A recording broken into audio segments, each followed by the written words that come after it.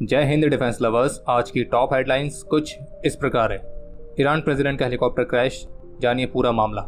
चीन ने माना कि इंडियन एयरफोर्स का एक रफाल के बदले उनके 5 J-20 फाइटर्स को करना पड़ेगा डिप्लॉय। अरुणाचल प्रदेश के फॉरवर्ड एरियाज में डिफेंस एक्सपर्ट्स का इंडियन आर्मी ने कंडक्ट कराया टूर।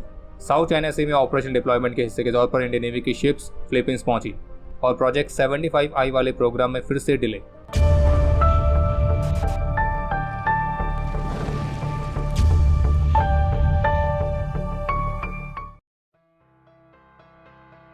ईरान की तरफ से ऑफिशियली कंफर्म कर दिया गया है कि कल के हेलीकॉप्टर क्रैश में ईरान के president doctor Saeed Ibrahim राइसी, Iran के विदेश मंत्री हुसैन अमीर अब्दुल्लाहिन, ईस्ट अजरबैजान गवर्नर मलिक रहमाती और ईस्ट अजरबैजान इमाम ऑफ फ्राइडे प्रेयर आयतुल्लाह अल हाशमी समेत इस हेलीकॉप्टर में सवार कोई भी पैसेंजर सर्वाइव नहीं कर पाया और सभी की जान जा चुकी है। और इस दुखद घटना पर भारतीय प्रधानमंत्री श्री नरेंद्र मोदी ने उनके परिवार और ईरान के लोगों के प्रति अपनी हार्दिक संवेदनाएं व्यक्त करी हैं और इस पर ट्वीट करते उन्होंने लिखा है कि दुख की इस घड़ी में भारत ईरान के साथ खड़ा है।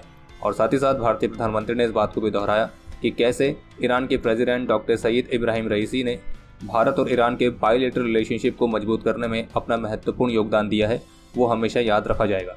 और भारतीय प्रधानमंत्री के साथ साथ भारतीय विदेश मंत्री और अन्य सभी सीनियर ऑफिशियल्स ने भी अपनी संवेदनाएं व्यक्त करी। और साथ ही साथ भारत सरकार ने ईरान के राष्ट्रपति और विदेश मंत्री के सम्मान में कल 21 मई को पूरे भारत में एक दिवसीय राजकीय शोक की घोषणा करी। और भारत के साथ साथ लेबनान, पाकिस्तान, सीरिया, इराक, तो इन देशों ने भी ईरान के प्रेसिडेंट, उनके विदेश मंत्री और अन्य डेलीगेशन के निधन पर शोक की घोषणा करी। और अब सबके मन में प्रश्न आ रहा है कि ईरान में अब नेक्स्ट क्या होने वाला है। तो आपको बता दें कि 50 दिनों के अंदर ईरान में फिर से नए प्रेसिडेंशियल इलेक्शंस होंगे, नया प्रेसिडेंट चुना जाएगा। लेकिन जब तक इलेक्शंस नहीं होते हैं तब तक ईरान के कॉन्स्टिट्यूशन के अकॉर्डिंग ईरान के वाइस प्रेसिडेंट मोहम्मद मुग़व्वर कार्यभार संभालेंगे। और जबकि इलेक्शंस तक एक्टिंग फॉरेन मिनिस्टर के तौर पर ईरान ने अली बगेरी कानी को एक्टिंग फॉरेन मिनिस्टर के तौर पर नियुक्त किया है। और ईरान प्रेसिडेंट के निधन पर ईरान में 5 दिन का राष्ट्रीय शोक भी घोषित किया गया है। बाकी हेलीकॉप्टर क्रैश वाला हादसा तब हुआ जब अजरबैजान में एक बांध का उद्घाटन करके ईरान के राष्ट्रपति, विदेश मंत्री और अन्य 8 लोग वापस से तेहरान लौट रहे थे। लेकिन वापसी के दौरान मौसम काफ़ी खराब हो गया, जिसके परिणाम स्वरूप हेलीकॉप्टर को एक हार्ड इमरजेंसी लैंडिंग करनी पड़ी और इसी हार्ड लैंडिंग के दौरान हेलीकॉप्टर क्रैश हो गया। लेकिन सोशल मीडिया पर इस हेलीकॉप्टर क्रैश को लेकर कुछ अलग तरह की थ्योरीज भी चल रही हैं, जिसमें सबसे फेमस थ्योरी है मोसाद की। और मोसाद का नाम फिर से ट्विटर पर ट्रेंड कर रहा है क्योंकि कुछ लोगों का ये आरोप है या कुछ का ये मानना है या कुछ का ये अनुमान है कि इस हेलीकॉप्टर क्रैश के पीछे मोसाद का हाथ हो सकता है। लेकिन आपको क्लियर कर दें कि केवल अनुमान है, ऐसा कोई भी ठोस एविडेंस नहीं है जो कि इस बात को साबित करता हो। बाकी अगर ऐसा कुछ है तो उसका खुलासा जांच पूरी होने के बाद ही हो पाएगा। बाकी ईरान के प्रेसिडेंट का हेलीकॉप्टर जिस जगह पर क्रैश हुआ है और उसकी जो वीडियोस सामने आई हैं, तो उसको देखकर सबसे अधिक संभावना यही लग रही है कि यह दुर्घटना खराब मौसम के कारण हुई है और ये एक पायलट एरर वाला मामला ही हो सकता है।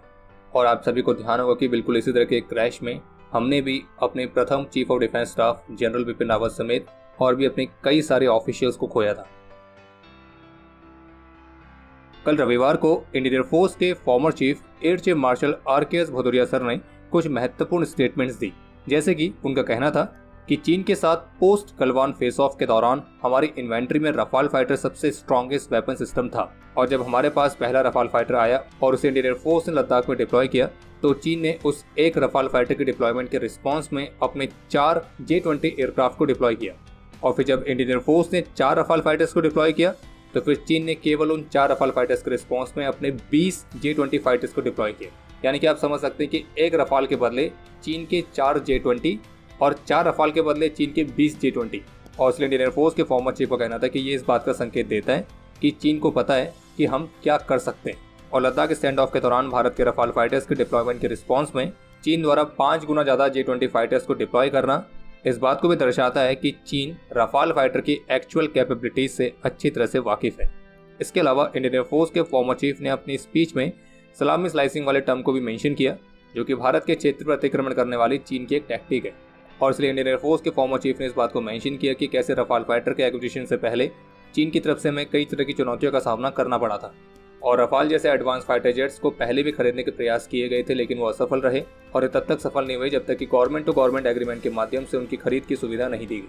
बाकी रफाल फाइटर के डिप्लॉयमेंट के बारे में फॉर्मर इंडियन एयरफोर्स चीफ ने जो बात करी है, तो वो रफाल फाइटर्स एग्जैक्टली किस लोकेशन पर डिप्लॉय किए गए थे और एग्जैक्टली किस टाइम पे किए गए थे, तो इसके बारे में कुछ भी खुलासा नहीं किया गया।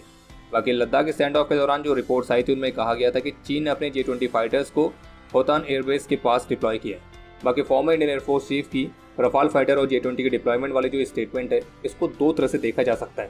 पहला तो ये कि चीन ये जानता है कि रफाल फाइटर कितने ज़्यादा कैपेबल है और वो समझता है कि एक रफाल फाइटर के बदले उसको अपने 4 या 5 J-20 फाइटर्स लगेंगे। लेकिन दूसरा तरीका इसको देखने का ये भी है कि जहां हम एक रफाल फाइटर को डिप्लॉय कर रहे हैं तो वहीं उसके बदले चीन अपने 4 या 5 J-20 फाइटर्स को डिप्लॉय कर रहा है। यानी कि क्वालिटी वाइज भले ही चीन के पास एडवांटेज ना हो, लेकिन क्वांटिटी वाइज चीन के पास भारत की तुलना में एक बहुत बड़ा एडवांटेज है। और जैसे कि कहा जाता है कि क्वांटिटी की भी अपनी एक क्वालिटी होती है। बाकी इस पर आपके जो विचार है उसे कमेंट सेक्शन में शेयर जरूर करिएगा। साउथ चाइना सी में ऑपरेशनल डिप्लॉयमेंट के हिस्से के तौर पर इंडियन नेवी की 3 शिप्स INS दिल्ली, INS शक्ति और INS किल्टन फिलीपींस पहुंची है, जहां वे फिलीपींस की नेवी के साथ मैरीटाइम पार्टनरशिप एक्सरसाइज में भी पार्टिसिपेट करेंगी। इसके अलावा एक अपडेट यह है कि इंडियन आर्मी ने 12 मई से 19 मई तक डिफेंस एक्सपर्ट्स के लिए अरुणाचल प्रदेश में सप्ताह भर लंबा एक फॉरवर्ड एरिया टूर कंडक्ट किया था। और इस टूर के दौरान भारत की डिफेंस इंडस्ट्रीज, स्टार्टअप्स और एकेडमिया से 7 मेंबर वाले एक्सपर्ट्स की टीम ने इस क्षेत्र में इंडियन आर्मी की ट्रूप्स द्वारा फेस किए जाने वाले ऑपरेशन चैलेंजेस को एक्सपीरियंस किया, ताकि वो यहाँ की प्रॉब्लम्स को, चैलेंजेस को अच्छी तरह से समझ के उसके लिए एक उपयुक्त टेक्नोलॉजिकल सॉल्यूशन प्रोवाइड कर सके। और खास तौर पर पहाड़ी इलाकों के लिए स्वदेशी टेक्नोलॉजी को विकसित करने के प्रयासों पर मुख्य रूप से फोकस किया गया। बाकी आगे बढ़ने से पहले अगर आप यहाँ तक वीडियो देख चुके तो वीडियो को लाइक जरूर करें और आपको सूचित कर दें कि अप्रैल महीने की फ्रंटलाइन ई-मैगजीन लॉन्च हो चुकी है, जिसे आप मात्र 11 रुपये में प्राप्त कर सकते हैं। और आपको ये भी बता दें कि कारगिल विजय दिवस की एनिवर्सरी पर squadron.in पर हमने कारगिल स्पेशल कलेक्शन लॉन्च किया है, तो उसे आप चेकआउट जरूर करिएगा और आप विजय कूपन कोड का इस्तेमाल करके स्पेशल डिस्काउंट भी प्राप्त कर सकते हैं। गुजरात ATS की तरफ से बताया गया है कि उन्होंने सरदार वल्लभ भाई पटेल एयरपोर्ट से आईसिस के 4 आतंकियों को गिरफ्तार किया है और ये चारों श्रीलंकन सिटीजन्स हैं और आईसिस के साथ जुड़े हुए हैं और फिलहाल इनकी गिरफ्तारी को लेकर अन्य डिटेल्स आनी बाकी है। बाकी आतंकियों से याद आया, कुछ पाकिस्तानी हैंडल्स द्वारा ईरान प्रेसिडेंट के हेलीकॉप्टर क्रैश को लेकर एक फर्जी नैरेटिव क्रिएट करने का प्रयास किया जा रहा है, जिसमें कुछ ऐसा दिखाने का प्रयास किया जा रहा है कि ईरान के प्रेसिडेंट जिस हेलीकॉप्टर में सवार थे वो था MI-17। तो आपको क्लियर कर दें कि इस तरह का नैरेटिव बिल्कुल फर्जी है, ये फेक न्यूज़ है, क्योंकि ईरान के प्रेसिडेंट जिस हेलीकॉप्टर में थे वो था अमेरिकन ओरिजिन का बेल 212। इंडिया टुडे की रिपोर्ट के मुताबिक इंडियन नेवी का जो प्रोजेक्ट 75I वाला प्रोग्राम है, जो कि ऑलरेडी पहले से डिले चल रहा है, तो अब इसमें कुछ और फ्रेश डिलेज की रिपोर्ट सामने आई और इस डिले का प्रमुख कारण है इस टेंडर में शामिल प्रूवन AIP टेक्नोलॉजी वाला क्लॉज। जैसे कि आप सभी जानते होंगे कि जो ये प्रोजेक्ट 75I वाला प्रोग्राम है, तो फिलहाल अभी इसमें 2 ही फॉरेन कंटेंडर्स बचे हुए हैं, जिसमें से एक है जर्मनी की थाइसेनक्राफ्ट मरीन सिस्टम्स और दूसरी है स्पेन की नेवेंटिया। लेकिन जो नेवेंटिया है वो एक प्रूवन AIP टेक्नोलॉजी वाले क्लॉज को फुलफिल करने में अभी भी सही तरह से कामयाब नहीं हो पा रही है और उसे इसके क्राइटेरिया को पूरा करने में कुछ बाधाओं का सामना करना पड़ रहा है। तो इसलिए एक सिंगल वेंडर सिचुएशन से उत्पन्न होने वाले लीगल हर्डल्स को अवॉइड करने के लिए भारत सरकार इसके एक्विजिशन को थोड़ा और डिले कर सकती है, जब तक कि नेवेंटिया एक प्रूवन AIP टेक्नोलॉजी को विकसित ना कर ले। और इसलिए इस हिसाब से आप कह सकते हैं कि प्रोजेक्ट 75I वाले प्रोग्राम में फिलहाल अभी जर्मनी की थाइसेनक्राफ्ट मरीन सिस्टम ही फ्रंट रनर बनी हुई है। बाकी अब समय है आज के इतिहास का। आज के दिन 2021 में पंजाब में एक नाइट शॉटी में MiG-21 क्रैश में स्क्वाड्रन लीडर अभिनव चौधरी ने अपना सर्वोच्च बलिदान दिया था। आज के दिन 2017 में जम्मू कश्मीर के नौगांव में घुसपैठियों का मुकाबला करते हुए हवलदार गिरीश गुरंग, हवलदार दामर बहादुर पुन और राइफलमैन रवीन शर्मा ने अपना सर्वोच्च बलिदान दिया था।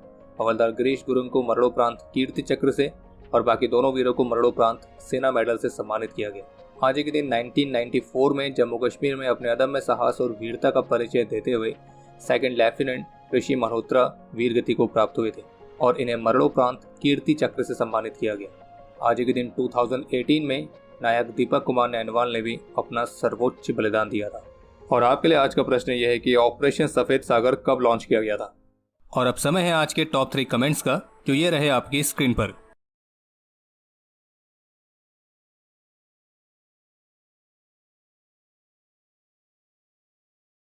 तो हमारे आज के इस एपिसोड के लिए इतना ही। उम्मीद है आपको एपिसोड पसंद आया होगा। पसंद आया तो वीडियो को लाइक जरूर करें। कोई भी सुझाव या सवाल हो तो उसके लिए कमेंट सेक्शन ओपन है। और अगर आपने अभी तक डिफेंस स्कॉट की सुपर ऐप को डाउनलोड नहीं किया है तो आज ही डाउनलोड करें और एक्सप्लोर करें डिफेंस की दुनिया को एक अलग तरह से। बाकी जल्द ही मिलेंगे नए एपिसोड के साथ। तब तक के लिए जय हिंद, जय भारत।